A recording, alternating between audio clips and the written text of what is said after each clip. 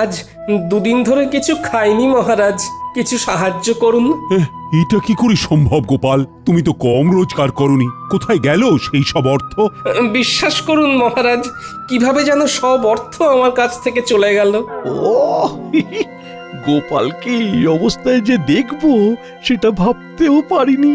ইস, আমার কতদিনের মনোবাসনা আজ পূর্ণ হচ্ছে। বাবারি, ভাবা যায়?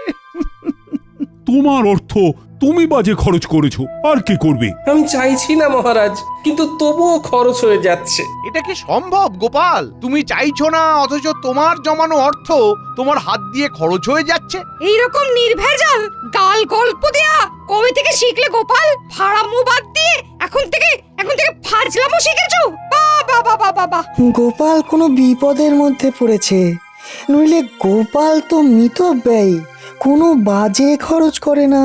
মহারাজ, আমি আপনাকে গোপালের পেছনে আর কোনো অর্থ ব্যয় করতে করজোরে নিষেধ করছি। আমারও তাই মত মহারাজ, দয়া করে আপনি আর একটি মোহরও দেবেন না। আমারও তাই মত। গোপালকে আর কোনো অর্থ দেওয়া মানে ফসে ঘি ঢালা। কি হে বিজ্ঞানী, তোমার কি মত? আমার একটাই কথা বলার আছে মহারাজ, গোপাল তো মিতব্যয়ী, ও কোনো বাজে খরচ করে না। তাহলে আজ গোপালের এই অবস্থা কেন? গোপালের জীবনে কি এমন ঘটনা ঘটলো যাতে গোপাল এই অবস্থায় নেমে এলো? মতিভ্রম বলে একটা কথা আছে, জানো তো বিজ্ঞানী? দূর করে দিন মহারাজ, দূর করে দিন। যাও গোপাল যাও, তুমি বরং বাড়ি যাও, আবার তোমার পুরনো ব্যবসা নিয়ে হাটে মাঠে বসো। আমি আর তোমাকে কোনো সাহায্য করতে পারবো না। যাও, আর দাঁড়িয়ে থেকো না। তাহলে আপনি আর সাহায্য করবেন না? না গোপাল, আমার সব সভাসদেরাই তোমাকে সাহায্য করার বিরুদ্ধে। আমি তাদের বিরুদ্ধে গিয়ে তোমাকে তো সাহায্য করতে পারবো না। আপদ গেল। দিদি দিদি গো, এইটুকু নাও, কিছুদিন চালাও, এর মধ্যে দেখবে গোপাল দাদা ঠিক দাঁড়িয়ে যাবে। এই মোহর কটা রাখো, কাজে দেবে। কোথা থেকে কি হলো? কিচ্ছু বুঝতে পারছি না পুটির মা। একটা মানুষ রাতারাতি এইরকম ভাবে বদলে যায়। দিদা, আমি বলছি দেখো, গোপাল দাদু আবার ঠিক আগের মতো হয়ে যাবে। গোপাল দাদুকে দেখে আমাদের খুব কষ্ট হচ্ছে দিদা। সেই দিন দেখি ঢিল মেরে গাছ থেকে আম পেড়ে খাচ্ছে, আমাদের দিকে চোখ পড়তেই বলে খুব খিদে পেয়েছে তাই খাচ্ছি। ইস, এই দিনটাও দেখতে হচ্ছে আমায়। দিদি, গোপাল দাদা এখন কোথায়? রাজসভায় গেছে, দেখা যাক মহারাজ কিছু সাহায্য করতে পারেন কিনা।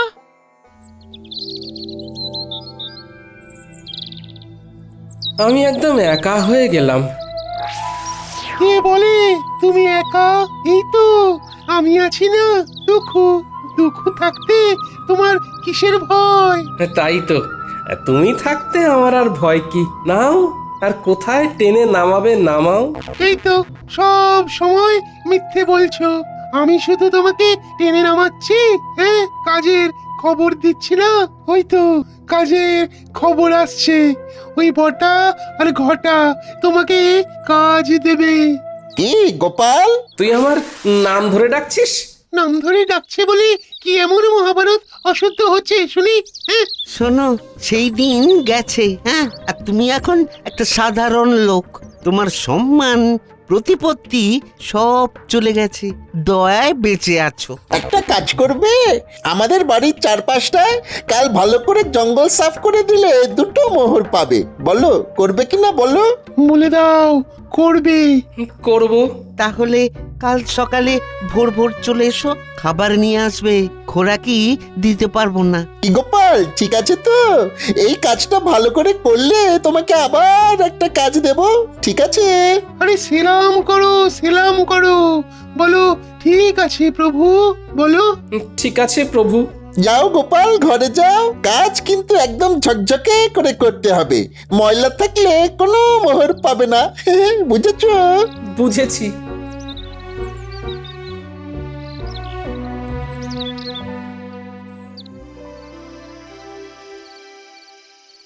মহারাজ এ কি শুনছি? কি শুনলে তুমি যে এত উত্তেজিত হয়ে আমার কাছে এলে? দাসের মুখে শুনলাম গোপাল নাকি আপনার কাছে এসেছিল সাহায্যের জন্য। হ্যাঁ এসেছিল, আমি সাহায্য করিনি, কারণ আমার সভাসদেরা সবাই গোপালকে সাহায্য দেবার বিপক্ষে ছিল। গোপালের এই ভাগ্য বিপর্যয়ে আপনি ওর পাশে দাঁড়ালেন না মহারাজ, অথচ আপনার যখন বিপদ ঘটেছে তখন গোপাল সবটুকু দিয়ে আপনাকে সাহায্য করেছে। ও তার জন্য বেতন পেয়েছে, আর বেতনের বিনিময়ে ও কাজ করেছে। বাহ, খুব ভালো বলেছেন মহারাজ, খুব ভালো। আমি ঈশ্বরের কাছে প্রার্থনা করব যে আর কোনোভাবেই যেন গোপালের সাহায্য আপনার না লাগে। এতদিনে একটা ঠিকঠাক কাজ হয়েছে। ওহ, তোমার তুলনা নেই রাজ্যতীষী, তোমার তুলনা নেই। জ্যোতিষ মতে গোপালের এখন 7.5 চলছে, মানে কায়দা করে ওর জীবনে দুঃখটাকে এনে দিতে হবে। এ এখন লম্বা চলবে, লম্বা চলবে। কৃষ্ণনগরে গোপালের সম্মান নষ্ট হবে। কতজন কত চেষ্টা করেছে, কিন্তু তুমি যা করেছো তা আমি কোনোদিনও ভুলবো না। এবার আপনি আমাকে দেখবেন, আমি আপনাকে দেখেছি। গোপালকে চিরকালের মতো সরিয়ে দিয়েছি। এবার মহারাজ একা হয়ে গেছে, তখন গোপাল ছিল, এখন গোপাল নেই। এখন দুহাতে লুটে পুটে খাবো, কেউ বলার নেই। চলো বাজারে যাই, মোহর দ্বিগুণ করে আসি। বাজারে এত রাতে? আরে রাতের বাজারই তো আসল বাজার। চলো একটা মোহর নিয়ে চলো। বাজারে আবার এসব হয় নাকি? আরে বাজারে একটা জায়গা আছে, সেখানে একটা কল আছে। একটা মোহর দিলে তোমার ভাগ্যে যদি থাকে তাহলে ওই একটা মোহর থেকে 500 মোহর হাতে চলে আসবে। এই একটা কল, নাম হলো গেড়া কল। সত্যি বলছো? আমি তোমাকে কেন মিথ্যে বলবো বলো? হ্যাঁ, কিন্তু আমার কাছে তো কিছু নেই গো দুঃখু। চলো চলো হেসেলে চলো। তোমার গিন্নি কয়েকটা মোহর পেয়েছে, ওই পুটির মা দিয়ে গেছে। তোমার গিন্নি এখন নেই, এই সুযোগ। চলো মোহরগুলো নিয়ে নাও, তোমাকে ধনী মানুষ হতে হবে। বলছো? তাহলে চলো। কোথায় রেখেছে? কুলুঙ্গিতে একটা ঘটির মধ্যে রাখা আছে।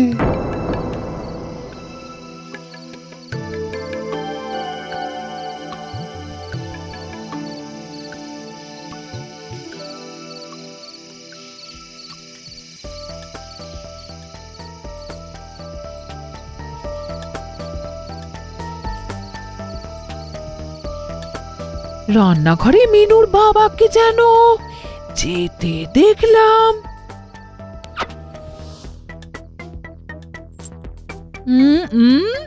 দেখি তো এখন রান্নাঘরে গিয়ে কি করছে, দেখি দেখি। হ্যাঁ, বলি হচ্ছেটা কি? আমার ঘরে শীত কাটছো? আমি যেটা বলছি সেইটা বলো। তুমি না আমার অর্ধাঙ্গিনী, তুমি তো আমার অর্ধেকটা। তুমি না আমার অর্ধাঙ্গিনী, তুমি তো অর্ধেকটা গো। এই থামো থামো, আমি কোথায় খাবার জোগাড় করতে হিমশিম খাচ্ছি আর তুমি আমার সঞ্চয় শীত কাটছো? শোনো, আমি হলাম গিয়ে তোমার গিন্নি, আমাকে ভুজুং ভাজুং দেওয়া অত সহজ নয়। দেখি দেখি এই গিন্নি, এইভাবে কেউ পরনের কাপড় নিয়ে টানাটানি করে? আমি তো বিকচ্ছ হয়ে যাব, আমার কাছা খুলে যাবে গিন্নি। আমার চোখকে ফাঁকি দেওয়া? ওরে বাবা, কি দজ্জাল গিন্নি গো তোমার! হ্যাঁ, ট্যাঙ্ক থেকে ঠিক বার করে নিল। দুঃখু, আমি কি বলেছিলাম? এখান থেকে চলো এখন। হ্যাঁ হ্যাঁ হ্যাঁ, চলো চলো, আমার এই সব একদম ভালো লাগে না। চলো চলো বাইরে চলো। বলি কোথায় যাওয়া হচ্ছে শুনি? বলো যেদিকে দু চোখ যায়। যেদিকে দু চোখ যায়? চলো, ছোট ছোট ছোট ছোট। এই শোনো শোনো বলছি। যা, এই চলে গেল। হায় হায় হায়, এ আমার কি সর্বনাশ হলো! কি হলো গোপাল বউ? গোপাল এরকম ঊর্ধ্বশ্বাসে ছুটে কোথায় গেল? আমার কপাল পুড়েছে, কি যে হলো বুঝতে পারছি না। ভালো মানুষটা যে এরকম কিভাবে বিগড়ে যাবে সেটা ভাবতে পারিনি। দেখো গোপাল বউ, দুঃখ করো না, আমরা সবাই আছি সাথে, জড়িয়ে আছি হাতে হাতে। গোপাল আবার তুলবে মাথা, যেন বৃথা হবে না আমার কথা। এই নাও গোপাল বউ, এই মুহূর্তে গোপালের কোনো কাজ নেই, তোমাদের চলবে কি করে? আমি আর বিজ্ঞানী মিলে দিলাম কিছু অর্থ, আমাদের প্রার্থনা হবে না কো ব্যর্থ। ও দুঃখু, আছো তো? আছি মানে একেবারে লেপ্টে আছি, তোমার ঘর থেকে এই জন্মে আর নামবো না। ওই যে মোহর দ্বিগুণ হবার কলটার কথা বলেছিলে, সেখানে কি করে যাব? হাত তো একদম খালি। একটা জায়গা আছে, চলো সেখানে যাই। তোমার একটা কিছু তো ব্যবস্থা করতে হবে, নইলে খরচা করবে কি করে? চলো চলো চলো, সোজা চলো, একদম নাক বরাবর।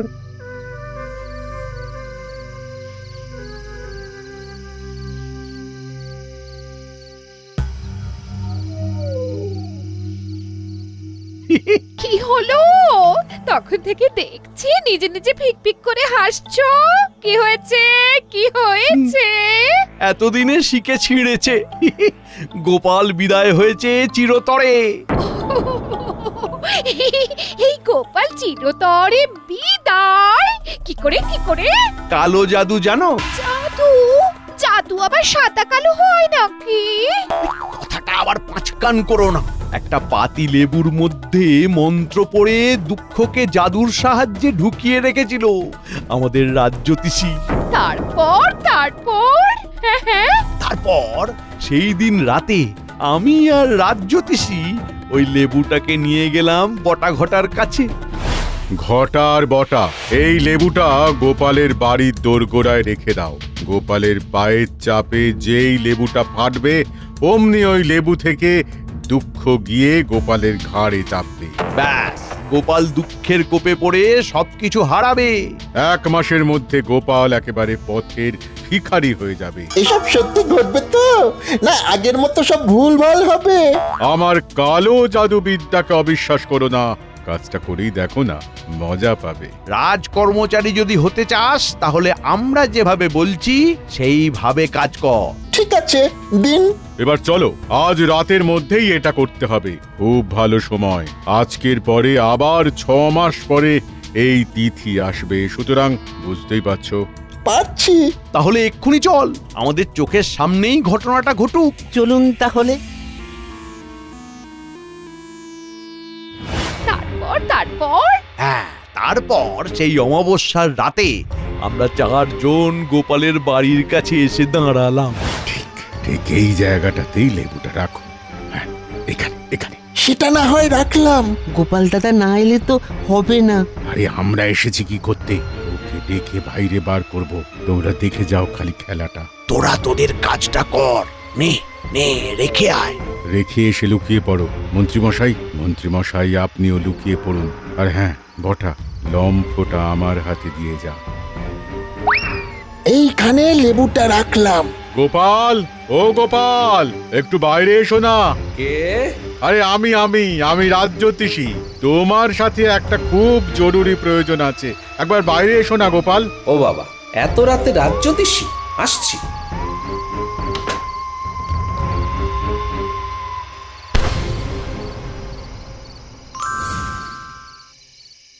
ব্যাস, সেই দিন থেকে 1 সপ্তাহের মধ্যে গোপাল পুরো শেষ। আর গোপালের শেষ মানে আমার শুরু।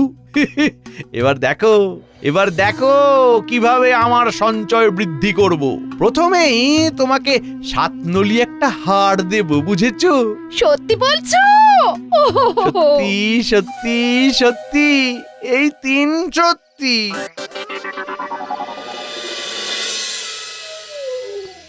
ওই দেখো গোপাল, একটা পাথর পড়ে আছে, দেখতে পাচ্ছো? অন্ধকারে কিছু দেখতে পাচ্ছি না, তুমি আমাকে নিয়ে চলো। এই যে এই পাথরটা, এই পাথরটাকে ঠেলো ঠেলো ঠেলো। এগুলো কি? গর্তের মধ্যে এগুলো কি? এগুলো সব তোমার। নতুন করে খরচা করতে শুরু করো। বস্তাটাকে তুলে নাও, নাও নাও, তুলে নাও। হ্যাঁ, তারপর রাতের বাজারে চলো। ওই গেঁড়া কলে মোহর দেবে, আর মোহর দ্বিগুণ হয়ে যাবে। সুযোগ এসেছে দুকুকে ঘাট থেকে নামানো। একটা সোনার মোহর গর্তে ফেলে দিই। কি গো গোপাল, হলো? এই রে দুঃখু ভাই, বস্তা থেকে একটা সোনার মোহর গর্তের মধ্যে পড়ে গেল। দুঃখু ভাই, গর্তের মধ্য থেকে সোনার মোহরটা তুলে দেবে? এ বাবা, ভালো করে ধরতেও পারো না। দাঁড়াও দাঁড়াও, দেখছি। উহ, কি শান্তি! অবশেষে দুঃখু নামলো ঘাট থেকে। এবার শান্তি শান্তি, মহা শান্তি।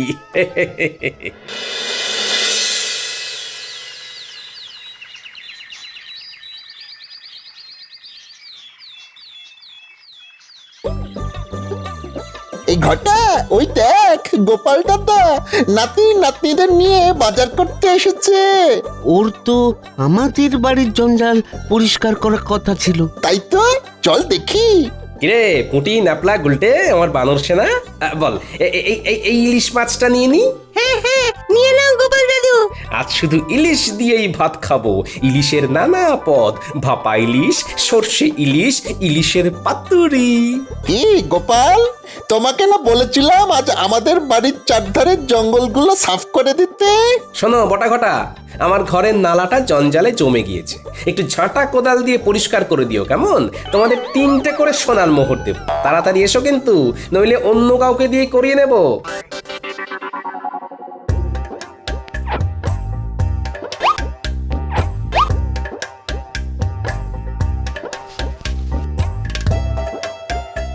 চল রে মানুষ না, আরো কত কি কেনার আছে। চল চল চল। চল চল, মন্ত্রী মশাইকে খবর দিয়ে আসি। আয় আয় আয় আয় আয় কাকা, আয় বগা, আয় আয় আয় আয়। মন্ত্রী মশাই, কাকা বকা ছাড়ুন। ঘটনাটা যা ঘটার তা ঘটে গিয়েছে। কি কি হয়েছেটা কি? গোপাল ইলিশ মাছ কিনছে। কি হলো? এই হিসেবটা তো মিলছে না। তোরা ঠিক দেখেছিস তো? আগে কথা বলেছি।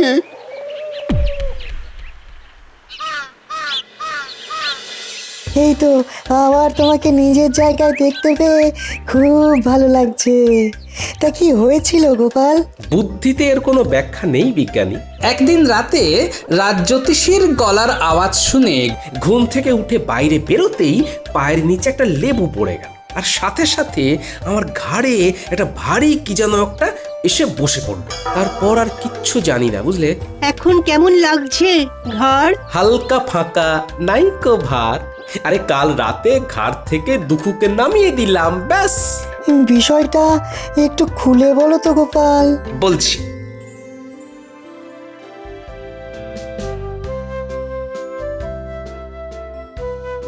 শুনেছেন মহারাজ, গোপাল আবার নিজের জায়গায় ফিরেছে। আমি গোপালের বাড়ি যাচ্ছি, আপনিও আসুন। দাঁড়াও দাঁড়াও দাঁড়াও, সকাল থেকে আমিও শুনছি। ব্যাপারটা কি জানতে হবে। চলো চলো, তোমার সাথে আমিও যাব। গোপালের কেনই বা ভাগ্য বিপর্যয় হলো, আর কি করেই বা সেখান থেকে সে বেরিয়ে এলো, এটা জানাটা খুব দরকার। চলুন।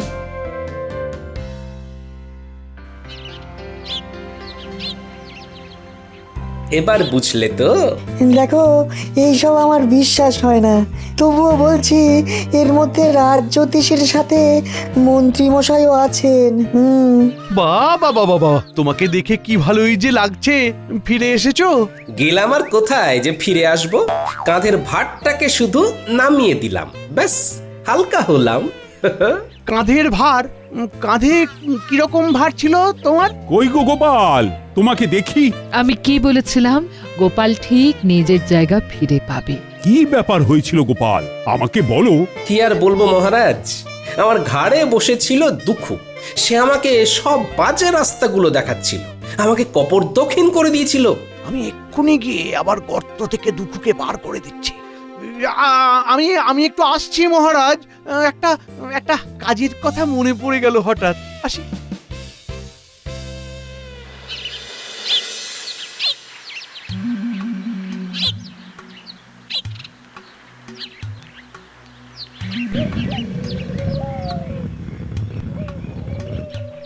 তুমি কে গো? আমি এই রাজ্যের মন্ত্রী দুঃখু, আমার ভাই।